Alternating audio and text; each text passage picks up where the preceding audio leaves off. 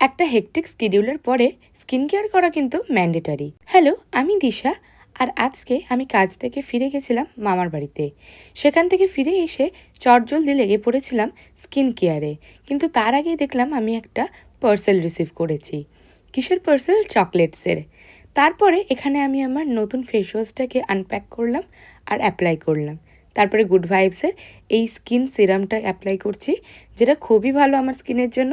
আর তারপরে কিছুক্ষণ ড্রাই করার পরে অ্যাপ্লাই করে নিয়েছিলাম আমার স্কিনে পন্ডসের হাইড্রা মিরাকেল স্কিন ময়েশ্চারাইজার। তাছাড়াও অ্যাপ্লাই করেছিলাম layer water colour splash body mist.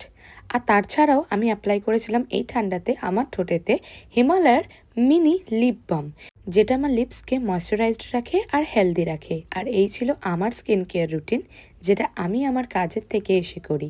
তোমাদের যদি ভালো লেগে থাকে আরও ডিটেলসে ভিডিও বানাবো।